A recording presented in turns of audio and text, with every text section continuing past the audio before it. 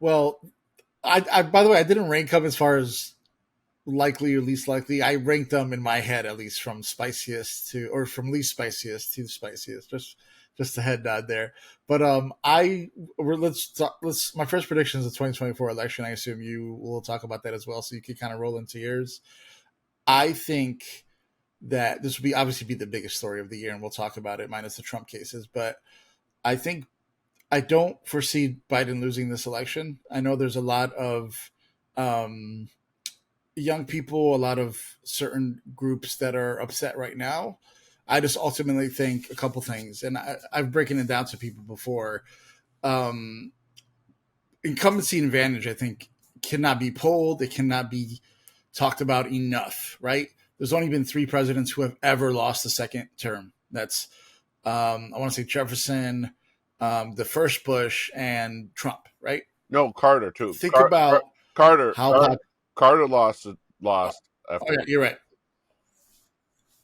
You're right. You're right. Yeah, 100%. When I think of, let's look at the most recent elections that minus Trump.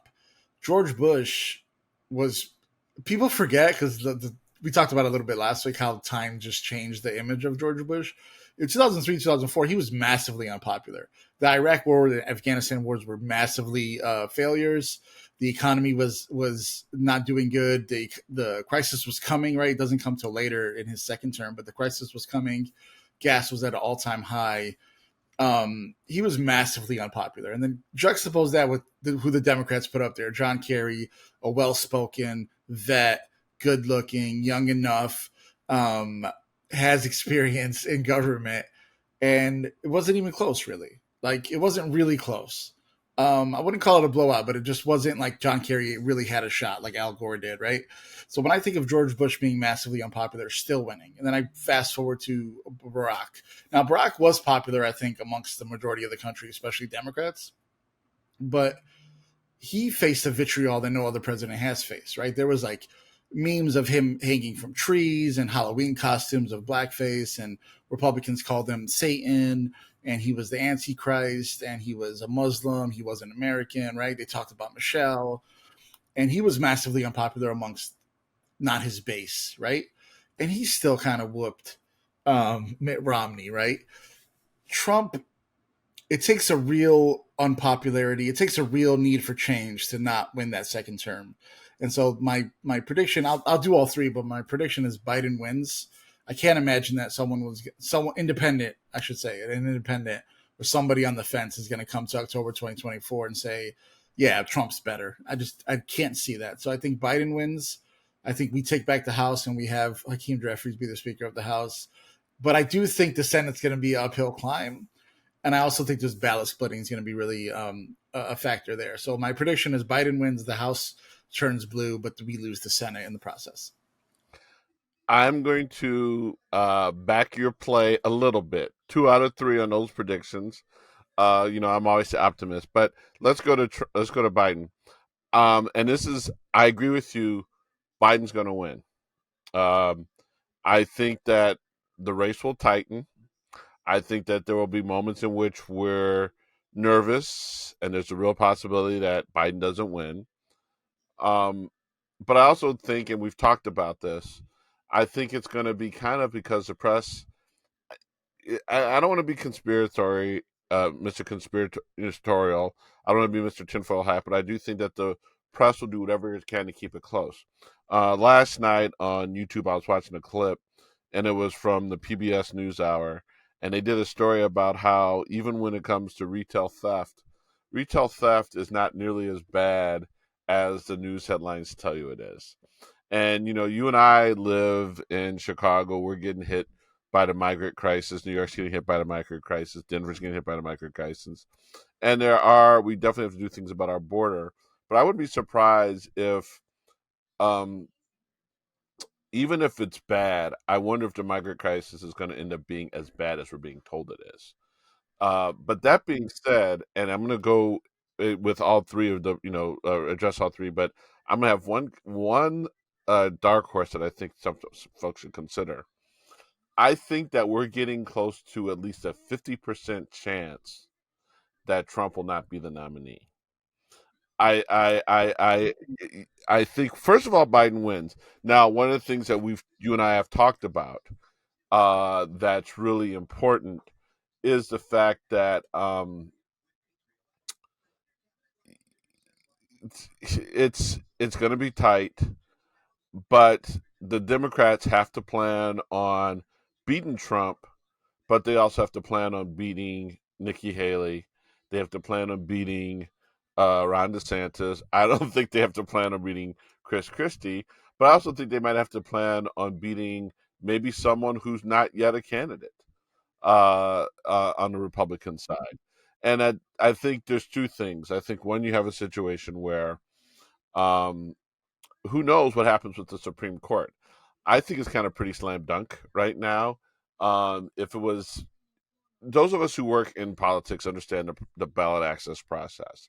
And I have a friend right now who's running for state rep who did everything he needed to do, but the way he choreographed not his petitions, but one of the supporting documents. Even though he did what he was supposed to do, he did it incorrectly, and he's potentially not going to be on the ballot because he did not follow a proper procedure. Now, if that's enough to keep you off the ballot, despite the fact that you did all the other things, then I would like to think something like an insurrection could keep someone off a ballot. I do think that what will be fascinating, and I think the only thing when the Supreme Court rules on this, and maybe this will be another different prediction, but I do think that if Trump stays on the ballot, the only way that they could justify keeping him on the ballot is if they say that it's not proven that he was guilty of insurrection. I think that whether or not, but I think that if if he were charged with insurrection, and I think that that's the thing. I think that it's a open and shut case, but I do think that there might be an argument that just the states determining that he engaged in insurrection is not enough. I do think that since he's not been charged and that's not been adjudicated, that's probably the thing. But now I agree with you about the House. I read somewhere where some people think that with McCarthy's retirement, with Santos going away, with there's another retirement that's going to be coming out of Ohio in January. A Republican member of Congress is about to become a college president. At one point, there will be just a one vote margin. There's some people who are predicting that Hakeem might not have to wait till 25 to become speaker. I, you and I talked about. I'm not necessarily a fan of that. I almost prefer that for any number of reasons. I want Hakeem to come in with at least 10, 15 vote margin. I would not want him getting in on a slim technicality, strictly because it'd be tough. But I think Hakeem wins, or the Dems win, and Hakeem becomes speaker. And I say that the Democrats potentially hold on to the Senate. We're going to lose West Virginia. But if we only lose West Virginia and hold serve everywhere else, we go back to a 50-50 with the vice president being a deciding vote. I think, especially if Trump is still the nominee, and we talked about this in previous weeks, I think that, and I understand the whole concept of ticket splitting, but I think wherever it's close, where especially where we're potentially have a chance of knocking someone off, does Trump depress Republican turnout? Does Trump potentially upset Republican turnout? And that's if Trump's on the ballot. If Trump's not on the ballot, what happens? How weakened is whoever replaces him? Now, this goes back to the point I was making before about how Dems hopefully have a strategy to run against whomever.